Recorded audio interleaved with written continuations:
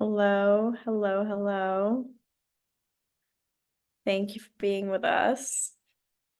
We're going to get started very shortly, just waiting for some more people to hop on if they're there. All right.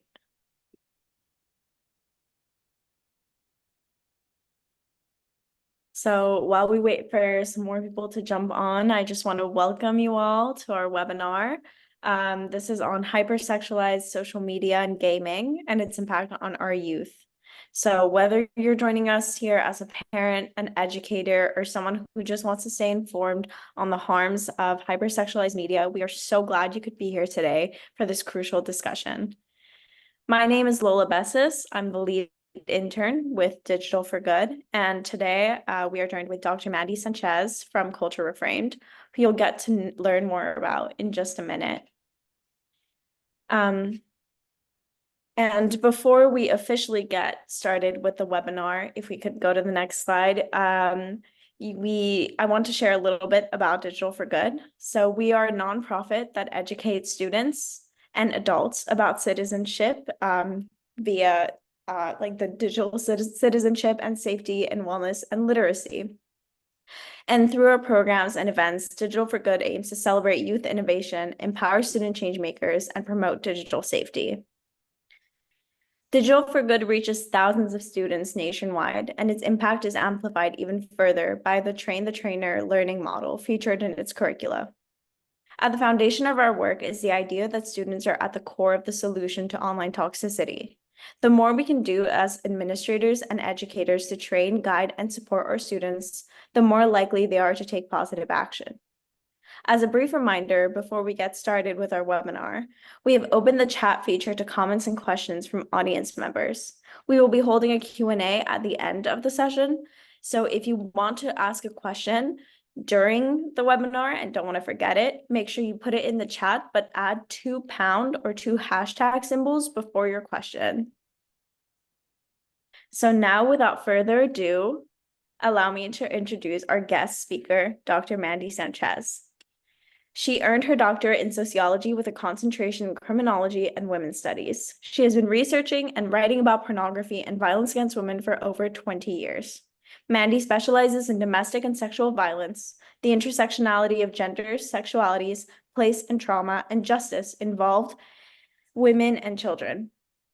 Mandy is a trained trauma-informed facilitator, and as the program coordinator for Culture Reframed, she focuses on expanding, developing, and ensuring high-quality, comprehensive, impactful programming for parents and adults who are influential in children's and teens' lives. Thank you for joining us today, Mandy, and I'll pass things over to you. Thank you so much, Lola, and thank you for Digital Good and ICANHELP for all of the work that you're doing and for inviting me to speak today and also for partnering with Culture Reframed. We love our connections.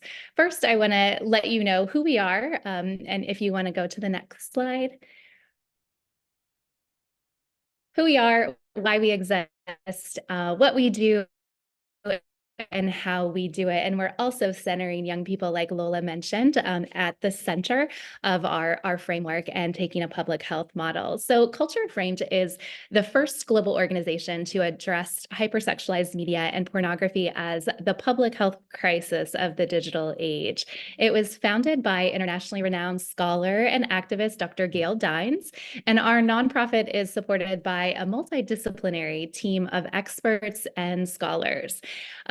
Studies show that more than 50% of kids are exposed to pornography before the age of 13, and 70% of first-time exposure is accidental. Kids as young as 8 years old have reported viewing mainstream pornography, which is free, violent, and easily accessible.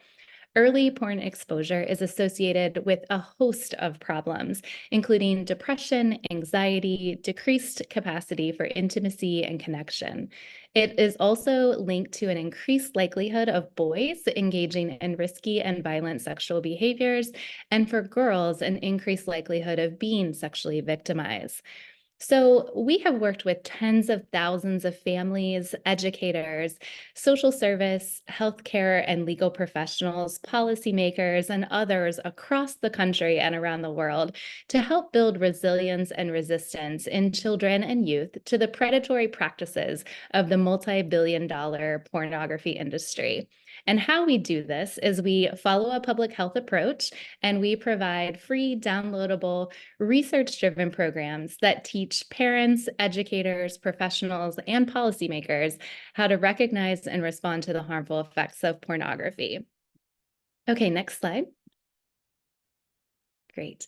So I wanted to start out with a trigger warning, as this presentation contains information about sex, hypersexualization, pornography, and sexual assault. It may contain graphic language and text, as well as images used throughout. We are very aware of how this information can be triggering for some people, and we value self-care. So please do what you need to protect your emotional and mental well-being. Okay, next slide. Basically, porn is everywhere. This is what one teen told researchers writing a report on kids and porn for the Office of Children's Commissioner in England. The reality is that most young people will inevitably see porn and be exposed to porn. 1 in 3 kids say that they've seen explicit hardcore porn by age 12, which equates to roughly 25 million children in the US alone. In the majority of cases, they stumbled upon it accidentally. So we have to talk about it. Hypersexualized media and pornified images do seem to be everywhere. They are used in many things, such as advertising. The outer images here are selling milk and, of course, sandwiches. And if that billboard in the middle doesn't scream, "Eat subs," I don't know what does. Next slide. Thank you. So 90% of teens use social media, but it is estimated that more than half of children aged 11 and 12 have personal social media profiles, even though most social media platforms have a minimum age requirement of 13 years old. The American Academy of Child and Adolescent Psychology says that the average amount of time that teens are spending connected to the internet is about 9 hours. We're seeing that 75% have at least one social media profile, and over half of them are visiting social media sites daily, at least one.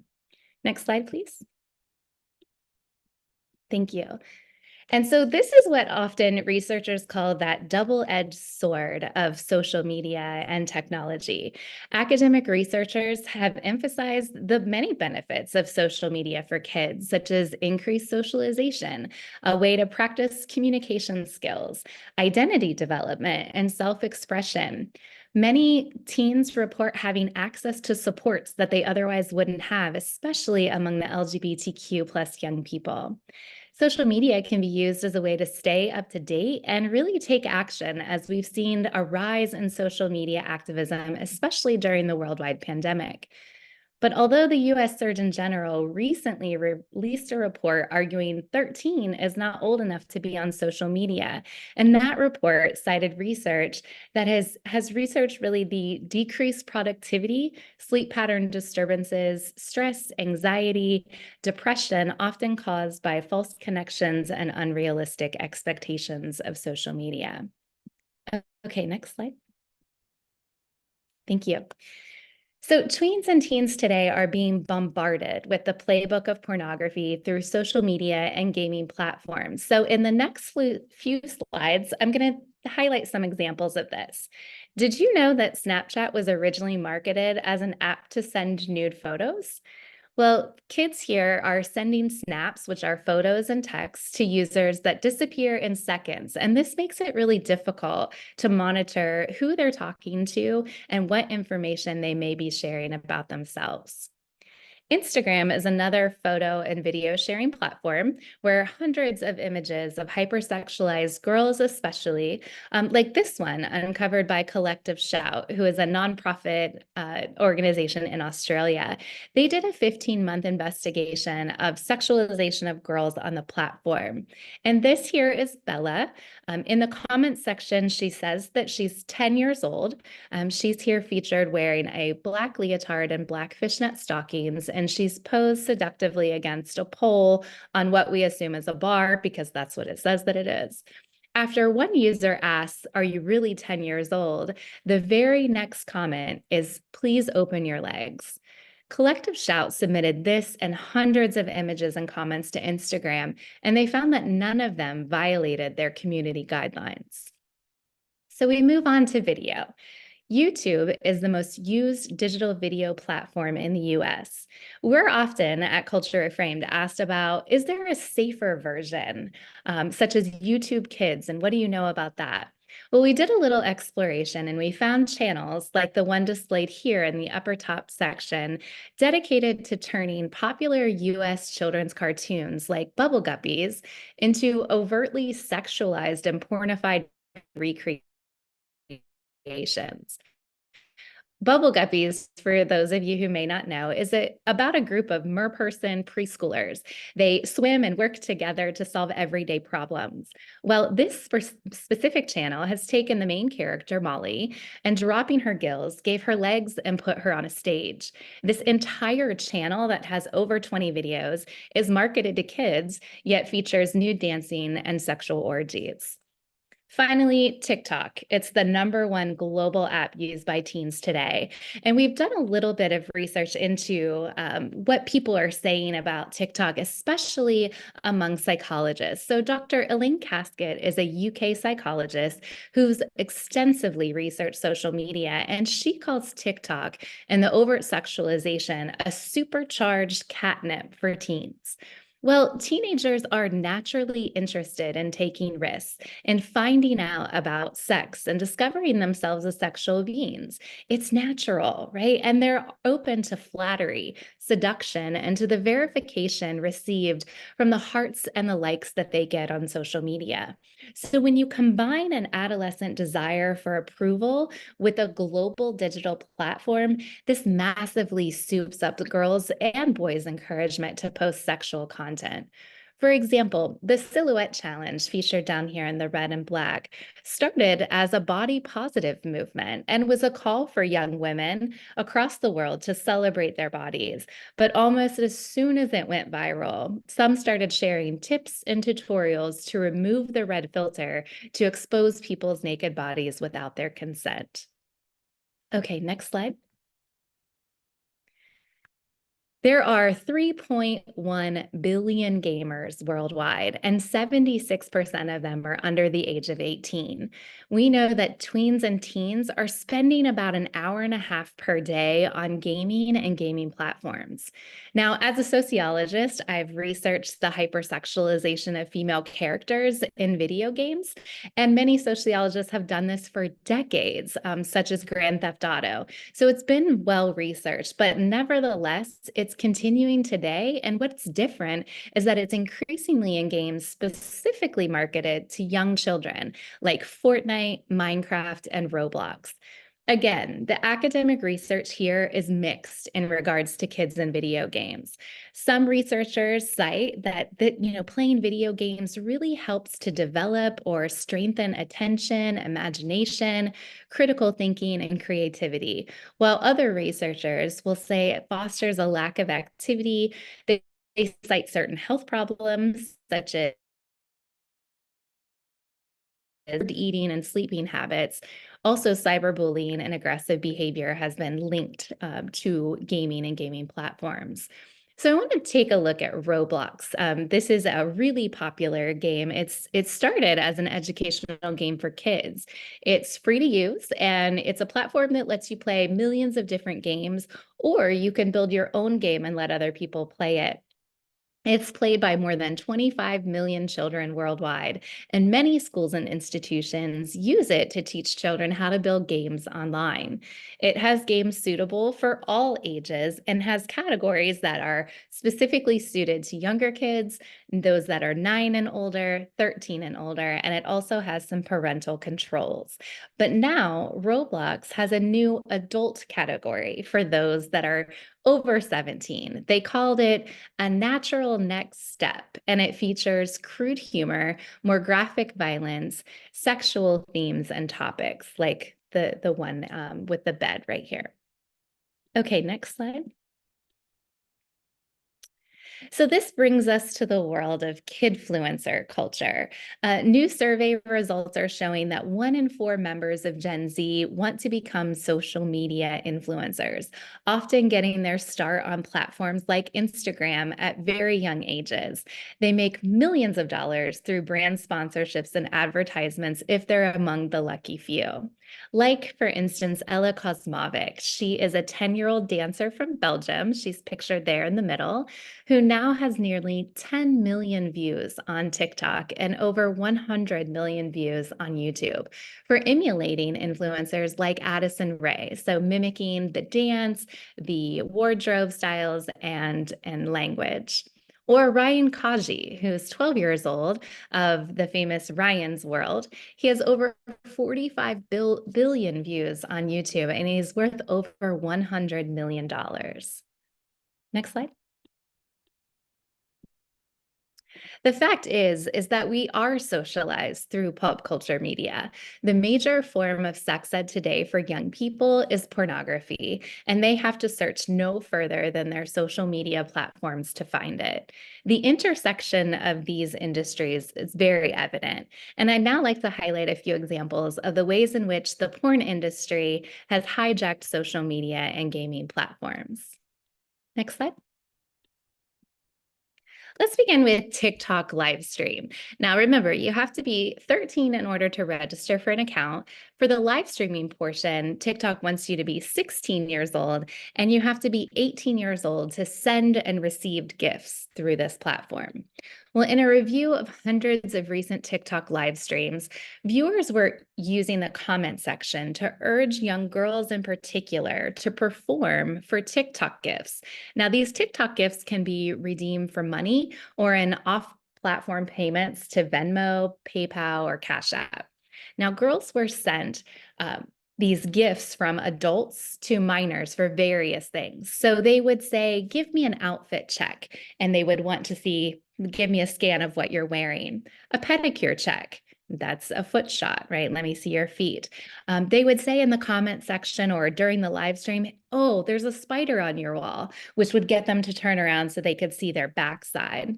Oftentimes they were asked to touch the ceiling so their shirts could come up to reveal their midriffs. And sometimes they were playing rock, paper, scissors, and they were asked to play this kind of like strip poker. So take off clothes for those that are losing the rock, paper, scissor games. And the more they did this, the more TikTok gifts that they would receive. And oftentimes what was found was that the images were captured. So photographs were being taken from the live stream, and they were being redistributed on third-party porn sites. Now, a lot of people also, in addition to YouTube Kids, a lot of parents are asking us about Pinterest, and they say this might be the safer social media platform for kids. Pinterest, for those of you who are unaware, is a digital scrapbooking service with basic social networking features, so you can still talk to friends and set up accounts that way. There's over 450 million users, so we kind of leave Pinterest out of the big five when we're talking about some of these social media platforms. But again, you have to be 13 in order to register for an account. And we've had lots of parents say, well, my 11-year-old, not old enough for Snapchat, I don't want them on Instagram, so I got them this Pinterest account.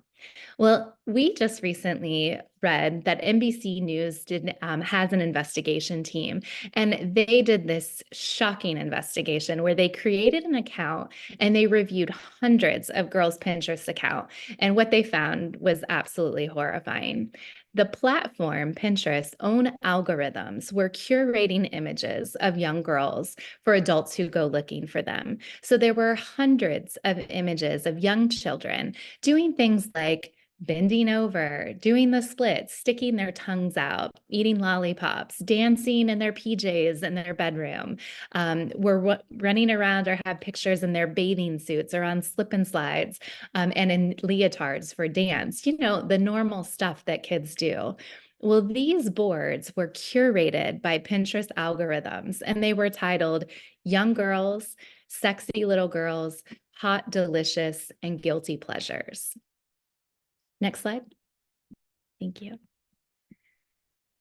So continuing on with the way that this industry has hijacked social media, we lead into an investigation from the National Society from the Prevention of Cruelty to Children. This is the UK's leading charity in child protection. And it showed that reports to their Childline, which is a free service for children to call and report things that are happening to them when they're online, highlight further the exchange of sexual currency for in-app gifts.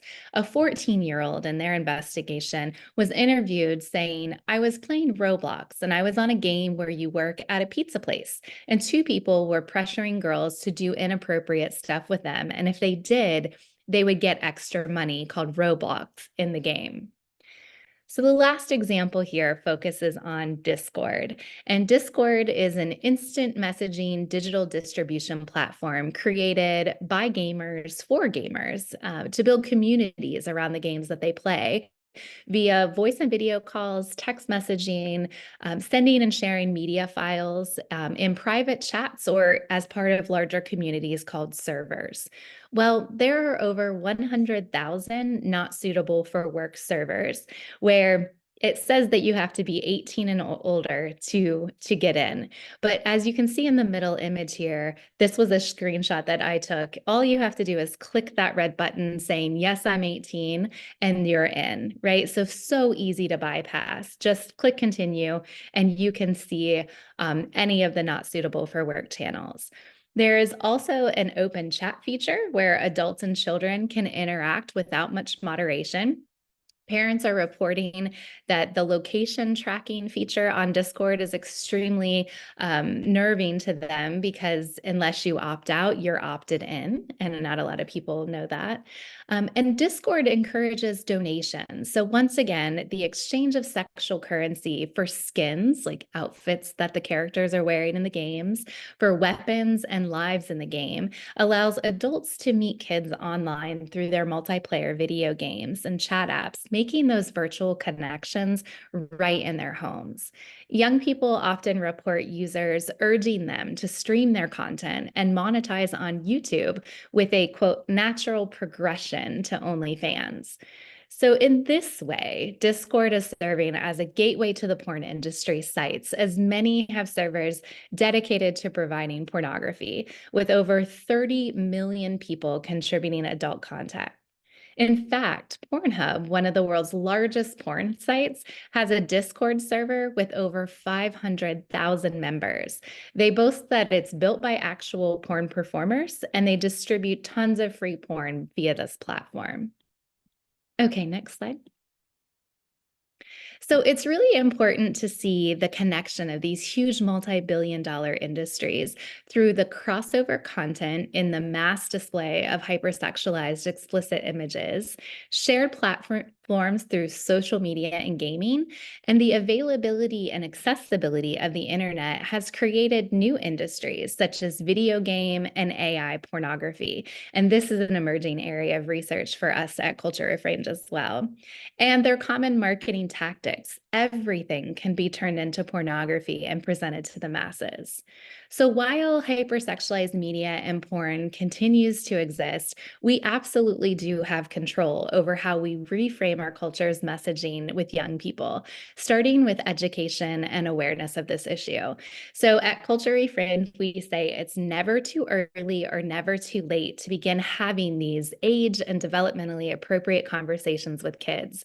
Remember to not shame or blame or lecture. This should be an honest and safe and short conversation, no long discussions. And we recommend scaffolding the information, like correctly naming body parts, setting body boundaries, and discussing consent at any age. Numerous studies show that most adolescents consider parents and caregivers a really helpful source of information regarding sex education, and that this group of people are key protective factors that when having these conversations will significantly reduce risky behaviors in tweens and teens. We also know that educating youth about digital wellness and safety is imperative, sharing that mission with Digital for Good. And as mainstream violent pornography has become the de facto sex education for young people worldwide, there is a need to counter the misinformation propagated by this industry with healthy and safe relationships and accurate information about the body. And that's why we need porn critical sex and relationship education.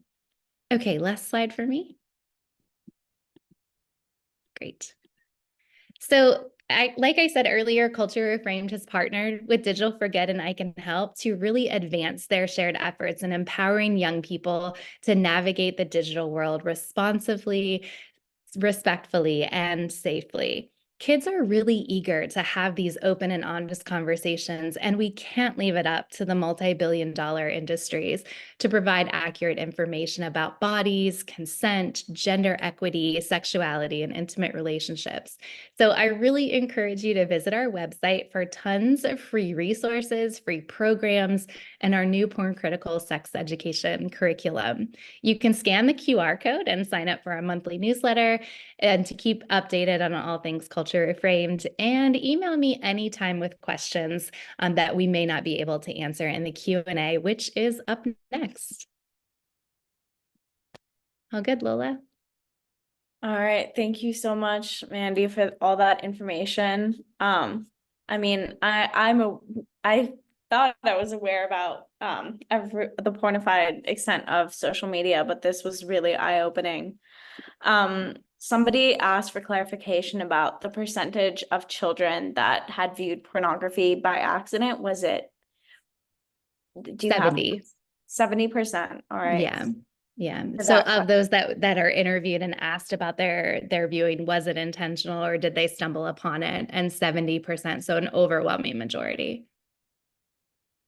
All right. And I'm sure you were aware of that recent New York Times article that came out. I think it was around the end of February about girl Yes. influencers and their mom managers. Yes.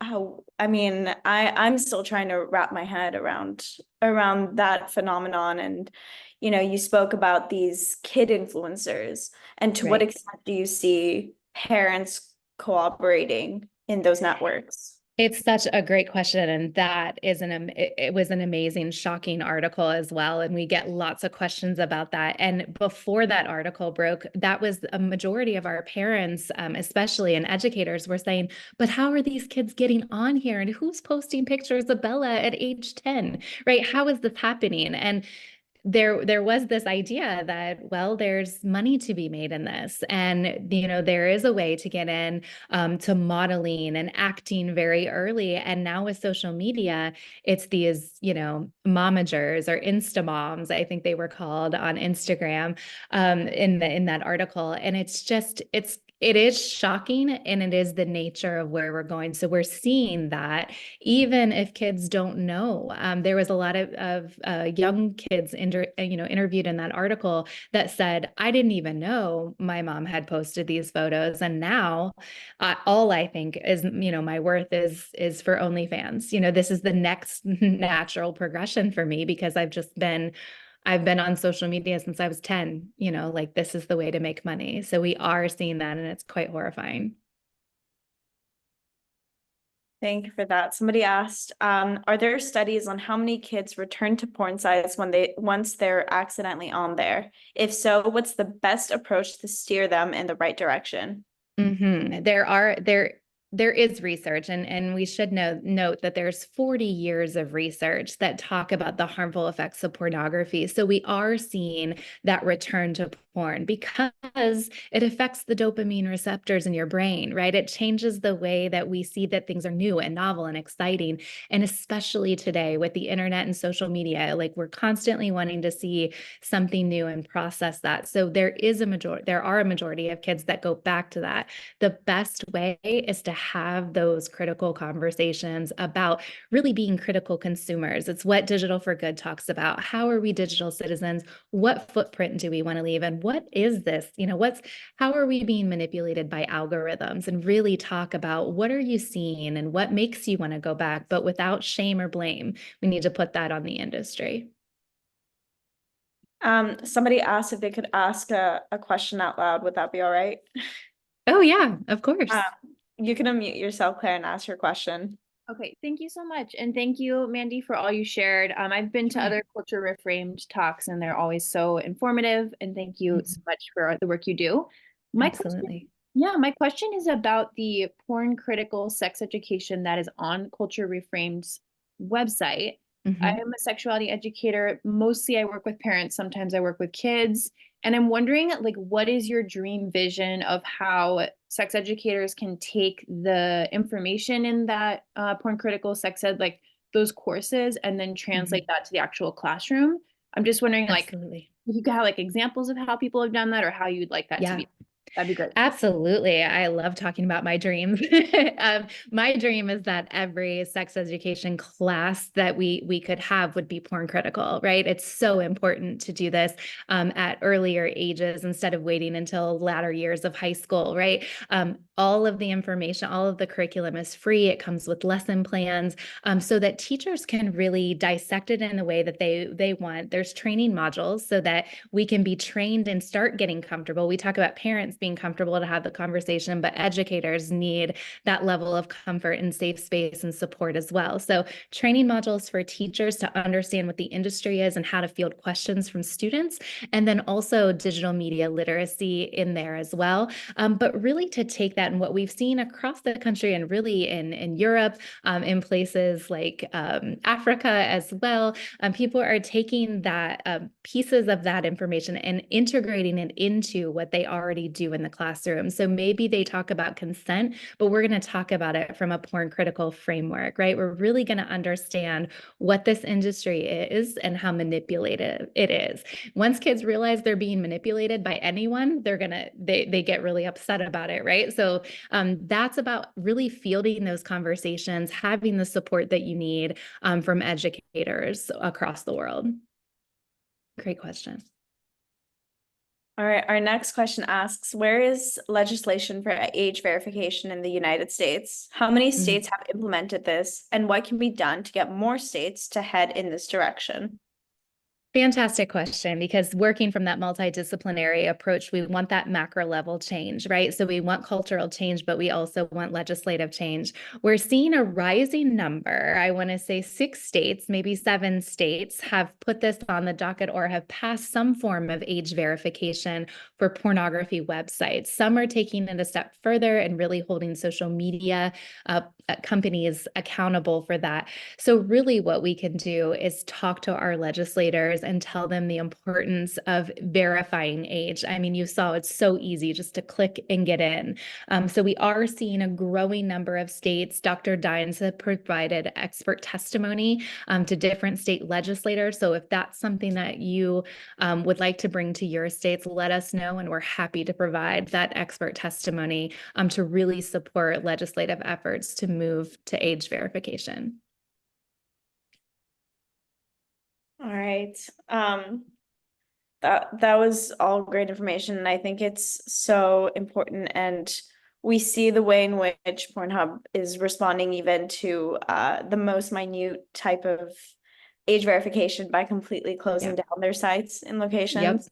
So I think that speaks volume as well to kind of their ethics. Absolutely. All right. If there are no other questions,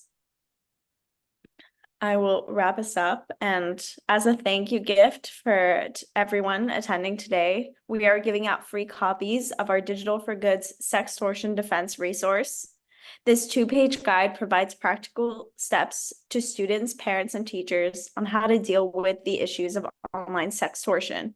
You can download the resource for free using the link in the chat that will be sent by admin. You can also get your entire campus educated on the dangers of sextortion and other social media issues by booking an on-campus presentation with Digital for Good. Our speakers will provide you with firsthand with the tools you need to prevent your students from becoming victims to online abuse, cyberbullying, and other forms of online toxicity. The link on the slide will be posted in the chat. Now, as we close, I encourage everyone to scan the QR code that will come to your screen to get updates on even more great events and resources from Digital for Good. Thank you so much for your time today. Once this presentation gets posted, please share it with people in your network, and feel free to contact myself, Digital for Good, Culture Reframed, and Mandy Sanchez. Thank you so much for your time. Thank you, everyone. Have a great day.